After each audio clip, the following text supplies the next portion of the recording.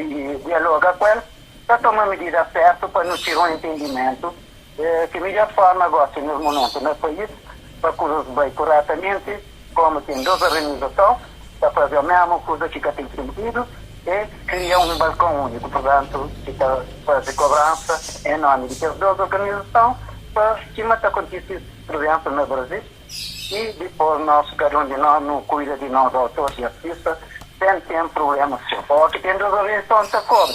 Então, fica uma situação complicada, porque os usuários estão falando, mas quem é que não está pago? Todos dois têm direito de ser, todos dois têm artistas e estão usados. Então, todos dois têm intimidade de cobra.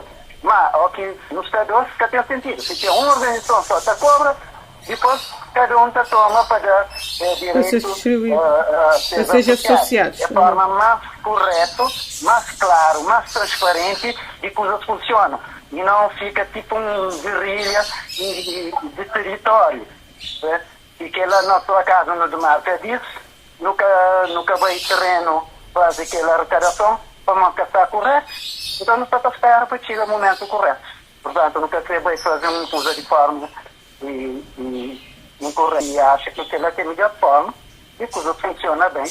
E tudo também está bem, mesmo usuário, está transparente, mas aquele dinheiro que está estava de facto serve para autorização. E não acuda que tem lista para quem quer saber. Assim, não.